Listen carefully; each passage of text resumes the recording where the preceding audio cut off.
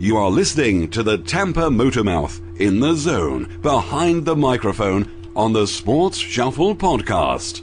That's right. Happy Friday to everyone. It's been a while. It's sort of like a Tony Kornheiser type hiatus times about 50,000, I guess. But hey, it's computer problems on top of computer problems on top of computer problems, and bottom line, looks like I'm going to need a new PC, as this is actually blue screen of death test process 131 to see if something I'm going to do on the computer will actually work, or it'll cause the sucker to crash. So yeah, it's always fun when you got something going on and it goes it sort of does this imitation of the 76ers, right? The 76ers, one more game, uno mas, and they surpass the suckage of the greatness of the Cavaliers. Yes, so just one more loss here. Yeah, I just posted on the Sportsbook Shuffle page a rather cute cartoon where it was actually apparently a contest that the Philly.com website ended up having, and somebody filled it in. It's like one Sixer dude is like totally falling down. I guess he did a LeBron flop, right? And then there's like a basketball bouncing boink off of the head of another Sixer who has like the towel. It's totally over the eyes. They can't see. Like hands are out there flailing about, and one of the Sixers fans, who's not even wearing a Sixers shirt, talks to another Sixers fan and goes, "Remember when the Sixers' biggest problem was Iverson not showing up for practice?" Gotta love it. As of course, practice, not the game. We're talking about practice. One of the most iconic rants of all time. And you had to realize Iverson was pretty calm when he was ranting, but there we go. And Chicago Bulls, as I'm recording this at 8:30-ish, just about 4 minutes before the bottom of the hour here on the Sports Shuffle, as already Bulls. The impressive start by Muser, who has 8 points and 7 ribbies in 9 minutos. Bulls up 114-13 going on. Checking out what's going around here. Nothing much. But first story of the day I want to talk about, and we're going to bring up it's kind of, I know it's sort of last week's news, but this is still this is a lot of the, if you're familiar with the term chutzpah, which means just total nerves, or just somebody has a lot of balls. So kicking it off with the top stories. And now, time for the Sports Shuffle's top story. As I said, this is definitely would be considered last week's news. I know a lot of it is like, oh, okay, you're just hearing about this. Nope. This is kind of cool how you can go to Deadspin, because you know how they overdo everything, single story out there ad nauseum, every little detail of minutia that they can possibly find on the story, and it's like they threw up and then posted it on the blog. But that's why we like Deadspin, the level of detail. How a UVA, University of Virginia fan bluffed his way into the huddle at the ACC title game. And because, of course, what happens, to the story that Danny, and it obviously doesn't give his last name, you'd think people would be like, we'd like to talk to you since we looked you up on the internet about your trespassing at the ACC tournament championship game, tournament semifinal. Squeeze me. And at the halftime, apparently, it's Danny had ended up having an idea, because he looked over and noticed the Cavaliers staff members hovering around the team. You have to think that this is a pretty smart dude. It's the halftime of a game, and his brain is like, let's see here. And he looked at how the staff members of the Cavaliers were dressed, because they hover around the team. That's their core role. Their core role is they have to hover. You must hover around the team, and it's a suit with a Virginia orange tie. So, quick trip out to Wally World, and 1 day later, Danny, his real name I'm going to assume, was actually down on the floor celebrating a conference title and shaking hands with a dejected Coach K. The whole story goes that when he was dressed up in the suit, he just went up right to where the usher was, and because he was walking with purpose, because he acted like he belonged there. Usher just didn't even shrug, just opened up the court. Okay, yes sir, there you go. And 5 minutes before tip off, he ended up going up to the usher, and he ended up behind the Cavaliers bench, different spots, joining the huddle, and directly behind the basket. Directly, not in front, but so he ended up having a long conversation with the usher. He ended up getting a selfie with the ACC commissioner and the championship trophy. He got to shake the hands of the commissioner, and it was all up to before got the trophy, the selfie with the trophy. He was actually confronted by an exec, and the exec is like, "Are you with us?" And he he was like, "Yes, I am." And the exec knew. The exec caught on, like, "No, you're not." Then so Danny was like, "Well, let's just have a little fun." I'm paraphrasing, but what's wrong with having a little fun? Okay, the exec laughed it off and everything, but however, after the trophy, and he shook the hands, and he got that after a while, even being in the huddle with some of the reserve players, he was confronted by that same exec, and that's when, rather smartly, Danny said, as Snagglepuss would say, it's time to exit stage left. But, I mean, that's amazing, because Deadspin, of course, has all the videos and everything up there, but, I mean, that's just amazing. All the kid did is, okay, how are they dressed? Okay, how do they act? So all you gotta do is get the uniform, obey the dress code. All you gotta do is just act like I belong there. You gotta believe he was a little bit nervous, right? You're walking up to the usher. You're going, okay, how can I pull this off? I mean, you can't do the Jedi mind trick. You will let me, or maybe he did. With his confidence, he did the Jedi mind trick. You want to let me onto the court.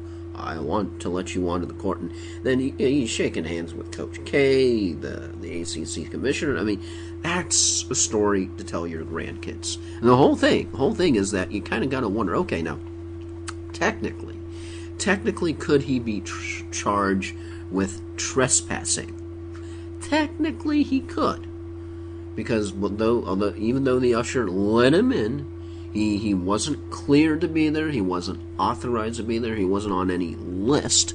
So technically, they could charge him, but I don't think they will, unless he tries it again, which would be stupid, because the execs would remember, aren't you that kid from before that tried this crap? So I don't think that they'll charge him, because the second time when he was confronted, he's like, it's exit stage left time. And it's because he left, and he was wise, and he didn't try to push his luck. That's why I don't think any kind of charges will be brought. As long as he doesn't try to make any money from this, like sell videos on eBay or something, he should be fine in the clear. But I just thought, what an amazing story. Just the chutzpah, the guts, the balls to go out, shake hands with Coach K, who's a basketball coaching legend, whether you like Duke or you don't, just to have the balls to, I act like I belong here, yay! But he did have enough common sense to end up leaving, so that's why I don't think anything will be made of it, as long as he doesn't do anything dumb. I mean, yeah, of course he's going to post to social media, and it's going to get picked up. But as long as he doesn't try anything dumb, I think he should be fine. But from basketball, we go to... yeah, you might have heard the name Mike Williams this week, especially if you're a Tampa Bay fan, maybe? Yeah. Time for a football play-action pass on the Sports Shuffle. Yeah, as Tom Jones from the Tampa Bay Times wrote, and this, I think, I agree, because sometimes you read newspaper columns and you're just like, yeah, I'm reading this one, and I agree. So, time for me to, I don't usually do this, but I'm going to read some of the column just because it's great, just because it just makes absolutely sense. As, right here, we pick up on, and this is from the article. This is not me, Tom Jones. Bucks, there's who wrote, "It's time for the Bucks to cut." Yeah, we get the joke. Mike Williams loose. From the article, Bucks receiver Mike Williams is going to be okay. That's the good news. Williams claimed he and his brother were horsing around Sunday when he was stabbed in the thigh while hanging out in his rented house in Avila, a place you don't hear many reports of knife fights. Hey, who hasn't whipped out the deadly weapons to just, pass the time on a lazy Florida afternoon? How do you suppose that conversation would go? Open quote. "Hey, Mike, want to wrestle?" Close quote. Open quote. "Hold on, bro. Let's grab some knives first." Close quote. The whole thing sounds fishy. Police showed up at Williams' house. Williams' brother was long gone. The cops hung around for several hours. Now it appeared that the incident was far from playful. Thankfully, Williams is fine. From the sounds of it, he's healthy enough to do anything like hit the road. And that's exactly what should happen. Enough with this guy. Get him out of here today. Trade him, cut him, whatever. Just get him out of here. He's trouble. Either he causes it, or it finds him. He can't seem to avoid it. It's always him. It's always that guy. There were warning signs coming out of college. That's why he slipped to the fourth round in the 2010 draft. Problems have continued in the NFL. He had a hearing, which was last Thursday, for trespassing criminal mischief charges after an incident in December when he busted down a woman's door while renting a 5,400 square foot home in Lutz. Williams' lifestyle has resulted in at least 5 calls to 911 in a 4-month stretch last year. He has racked up nearly $50,000 in property damages. Neighbors told stories about partygoers showing up in stretch limos at 4 in the morning and cars tearing up yards and demolishing sprinkler heads, not to mention mattresses found on the front lawn, as if the whole scene was a deleted scene from Project X. Sad thing is, Williams isn't some goofy high school kid. He's a grown man. He's 26. When exactly is he going to grow up? There are at least 16 traffic citations he has received since 2010. 16. Of course, it goes on and on, but you basically get the point that whether it's a change of scenery, if just maybe it's him. The more that you look at it, the underachieving, especially, if you had him in fantasy, but you just look at it, just case after case after case of nothing, serious, I would say. Nothing Ray Rice serious, nothing, or Ray Lewis serious, or Keyshawn Johnson serious in talking about attitude. The one thing we all know with Key, it was just, anyone who says, give me the damn ball, turns that into the title of Lucky, just hashtag arrogance. So with Mike Williams, with the Over the Cap, cool website, in case you've never heard of it, with the Bucks estimated salary cap, and I'm going to guess that this was before Free agency, $11,873,204. And you go down to Mike Williams, and that cap savings, $600,000, $1.2 million dead money. Cap number $1.8 million. Workout bonus $600,000. That'd be the cap savings, and of course the base salary $1.2 million. So if you cut him, all you would lose is just the workout bonus, or actually, the Bucks would brain fart. The Bucks would actually save that much, because why? If he misses the workout because they cut him, there you go. And they picked up Lewis Murphy. You know they're going to probably target some WRs in the draft. Just so that's the thing. Just yeah, I'm surprised that Mike Williams wasn't released, wasn't waived or traded low. I can imagine with the aura that's surrounding him, there wouldn't be too many teams out there unless they were really desperate for some wide receiver help that would be like, yeah, let's pick him up, let's snatch him up, let's grab him. I mean, just a diamond in the rough there. You know, I can't imagine there's much call out there for Mr. Williams, at least right now. Yeah, maybe when the season starts and like you have injuries and they pile up, then you might have some interest. But I'd be surprised if all of a sudden we just see like the Bucks cut Darrelle Revis. I wouldn't be surprised to see if they put Williams on waivers. I mean, they got Josh Freeman. They put Josh Freeman on, and he was claimed. So don't be surprised if all of a sudden we just pick up the newspaper. Yeah, remember that thing that you pick up and you can fold. It has pages, and you find that he's gone. You just Bucks waived him. They had enough of him. It's like he's gone. Forget it. Yep. As we move on here for just some talk about wicked hockey hits. Wicked hockey hits here. And this is actually an awesome site Beyond the Benches. As with hockey, you always gotta love the names. I always have immense respect for hockey play-by-play, or for folks like, if you ever listen to the Puck Podcast, gotta give them a shout out. Puck Podcast, awesome. Fill in hockey. It's like 2 hours of nothing but hockey goodness, sometimes even more than 2 hours. So if you got a long trip somewhere and just want to put them on in your car, you want to catch up with the world of the NHL, yeah, Eddie Garcia and Doug Solhan do a fantastic job. Just like your mouth is dropped every time you listen. It's like, how do you cram this much info and goodness into that podcast? You can. It's on Facebook, just Puck Podcast. They even have puckpodcast.com. It's a good investment of your time.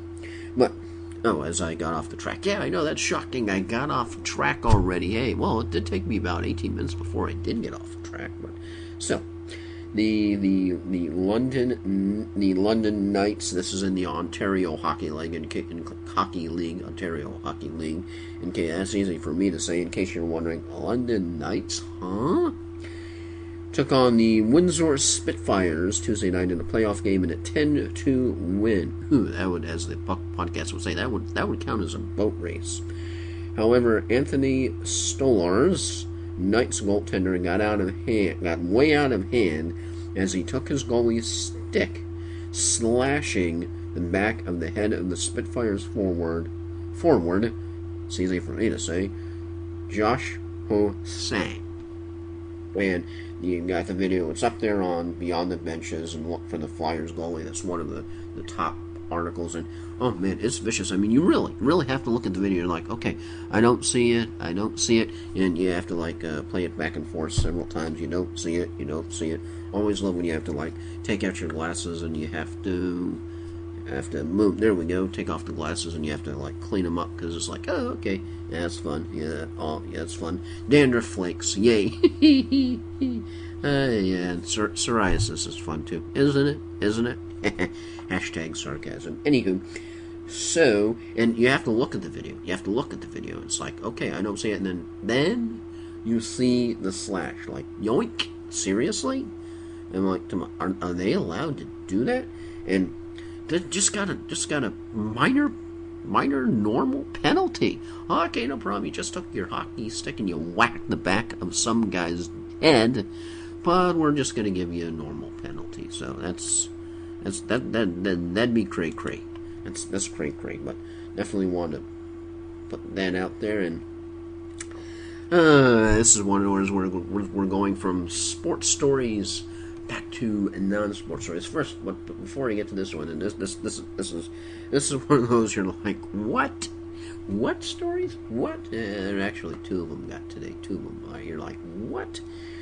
First one I want to get to is this viral video that's going around, this road rage incident, because you watch it. It's on US 41, which is it can be, depending upon where it is. Most of it, at least where I live here in Tampa Bay, it's a fairly major highway, and also it's amazing how many major yahoos that's on it. Yeah, so it's a short, about minute 30. In case you haven't seen this video, and I know that's probably hard because it's been retweeted by 50 gajillion people, and it's been shared on Facebook by about the same number, or even major news networks have picked it up and they're sharing it, and so that's when you know it's gone viral. Now, the thing about this video that bothers me is because it's all of a sudden this woman films this like F-150, and those things are tanks.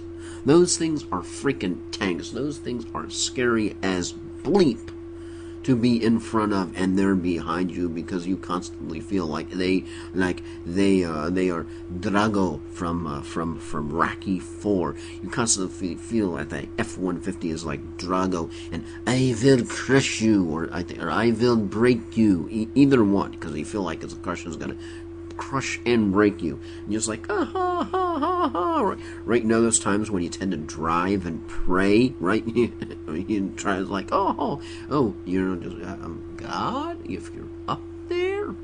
And so she's got the camera, and she's showing how close this F-150 is to her rear proximity.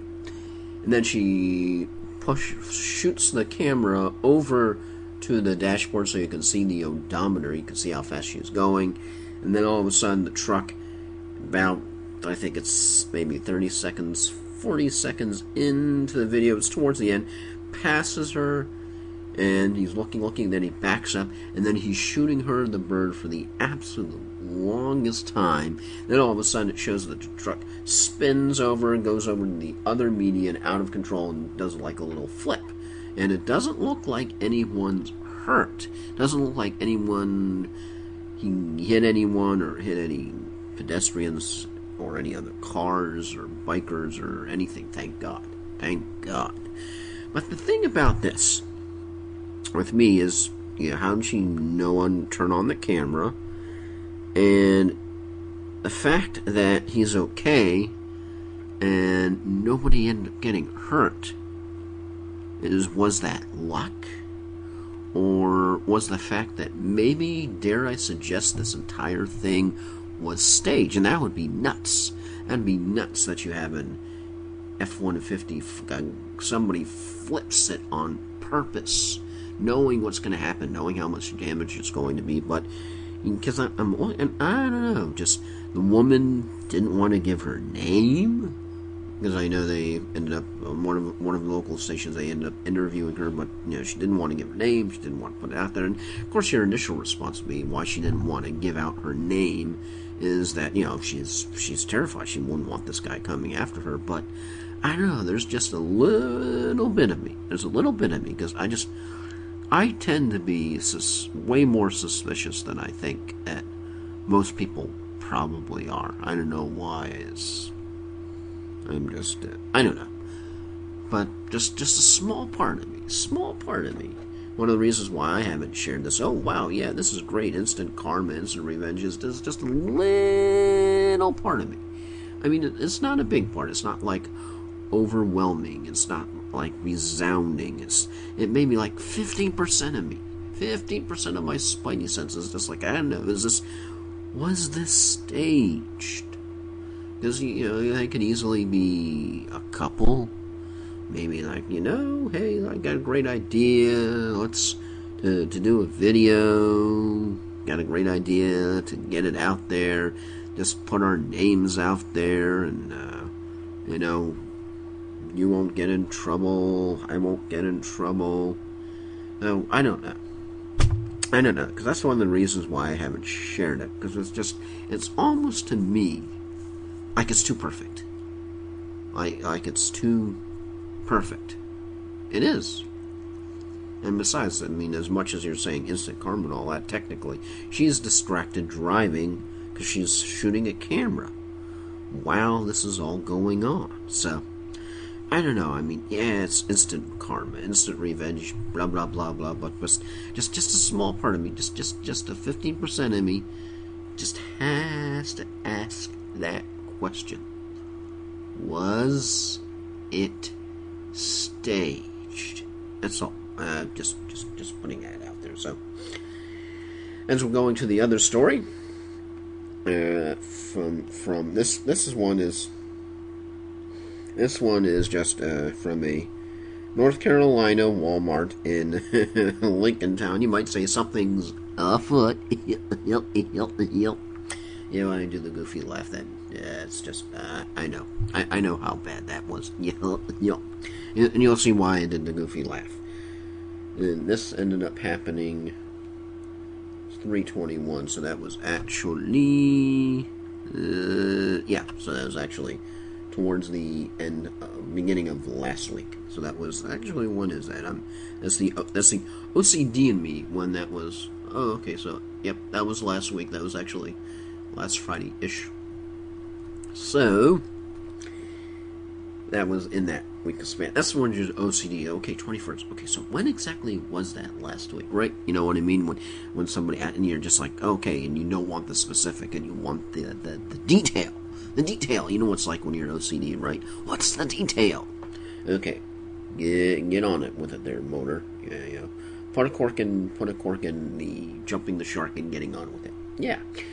A guy got arrested for sucking on a woman's toes. First thing I can think of is remember the Wise Guy, like 1980s series by Stephen J. Cannell, same guy that ended up doing the A-Team, and he ended up doing a serious action, because the A-Team wasn't a serious action. It was campy. They shot at each other. No one ever got hit. It was like kind of like live action G.I. Joe. Right, remember G.I. Joe? The missile, the Sky Striker would shoot the missiles, whoosh, at the Cobra Rattler. Missiles, boom! Missiles would hit, and the pilot would eject just in the nick of time and be safe. And all they just did was blow stuff up, but no one ever got killed. Actually, it wasn't until the G.I. Joe movie, that somebody was actually injured. Yeah, I know, I'm jumping the shark. We'll get back to the story. Somebody was actually injured, and that somebody was actually Duke, because you remember he confronted Serpentor. Yeah, sorry, I'm getting my nerd on.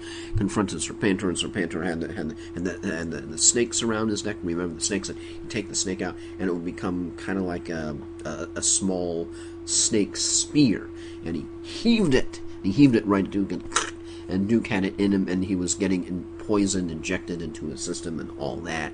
So they had to figure out how to get the toxin, I think,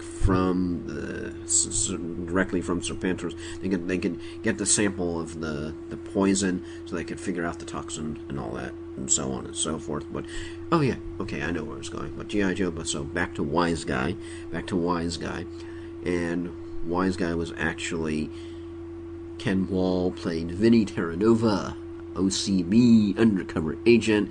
They had the first arc series was the Sonny Steelgrave. Still, I mean, as much as I enjoyed the Mel Prophet second story arc, the first story arc with Ray Sharkey as the bad guy was pretty good. You go, okay, well, how do you get someone that's as good as Ray Sharkey? Well, you just have Kevin Spacey with the next story arc play Mel Prophet, and he had this little deal that he would say to himself or to his sister Susie, who they were actually lovers, and he would say his thing, which is, only the toes knows. So this is a story that Mel Prophet would get a kick.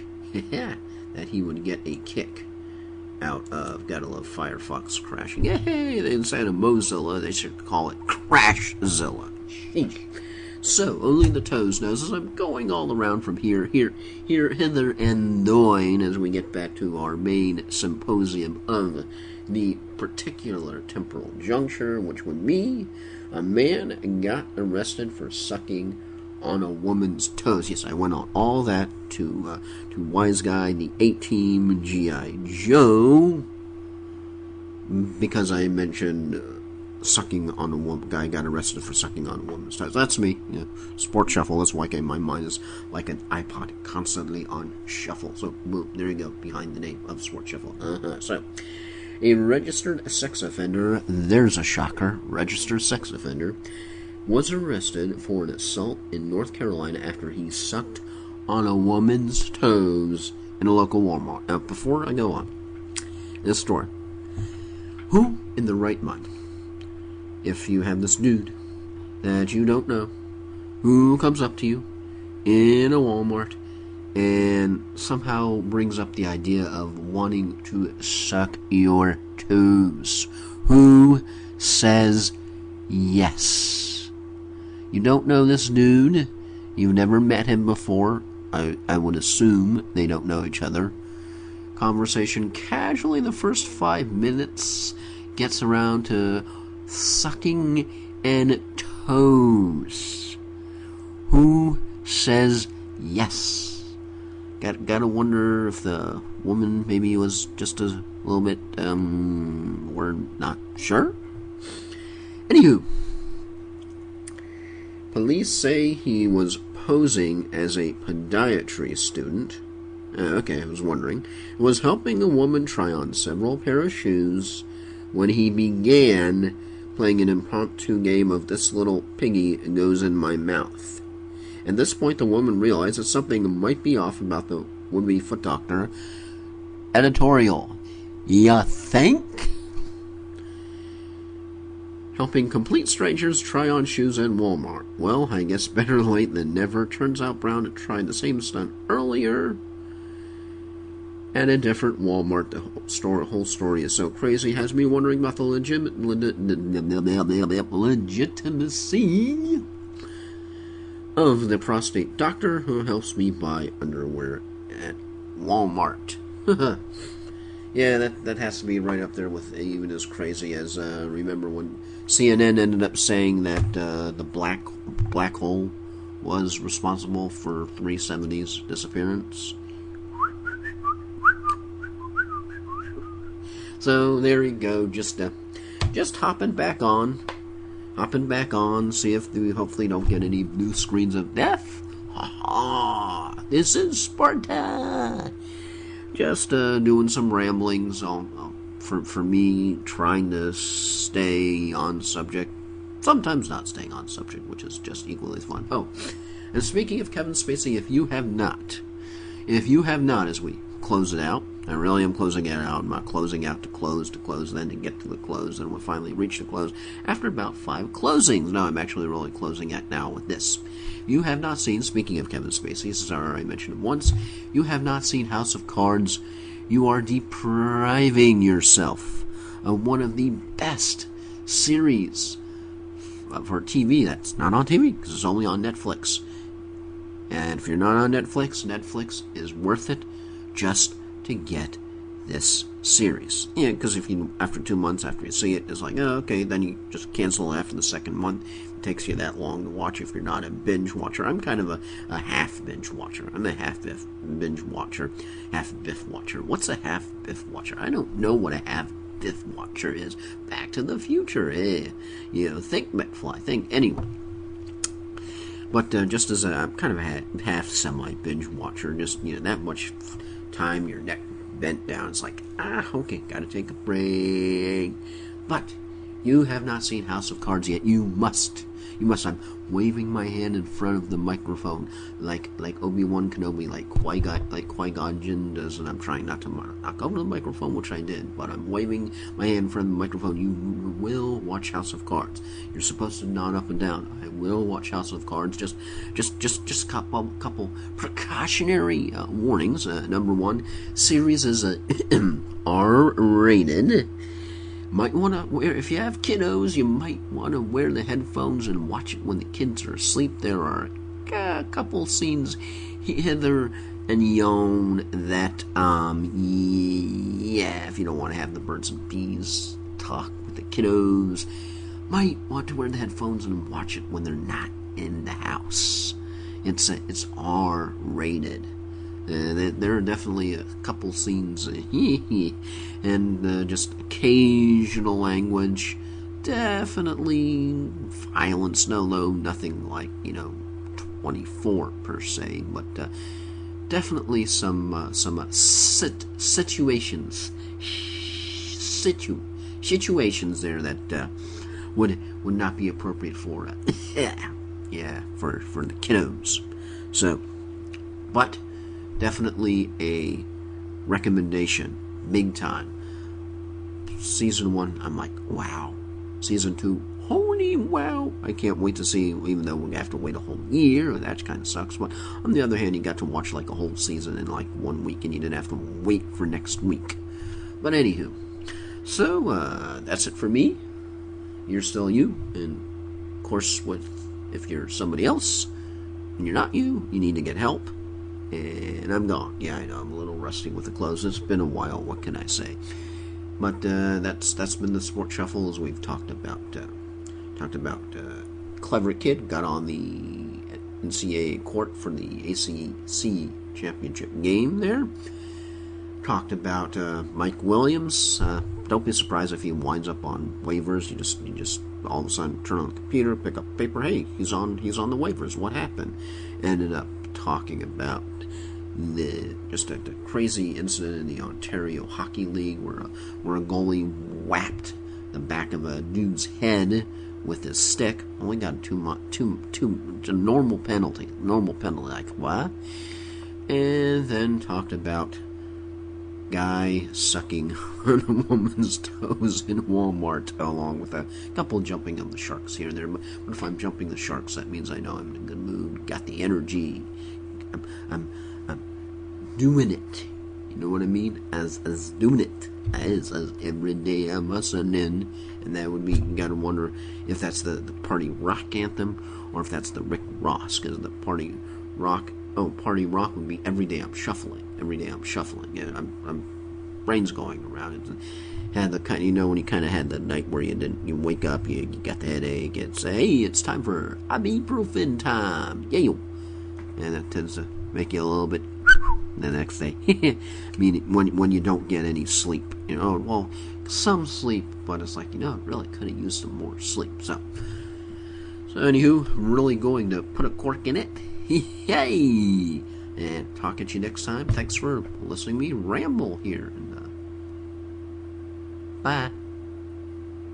Thank you for listening to the Sports Shuffle podcast. Don't forget to like me on Facebook and follow me on Twitter. Till next time, hope you stay in the zone.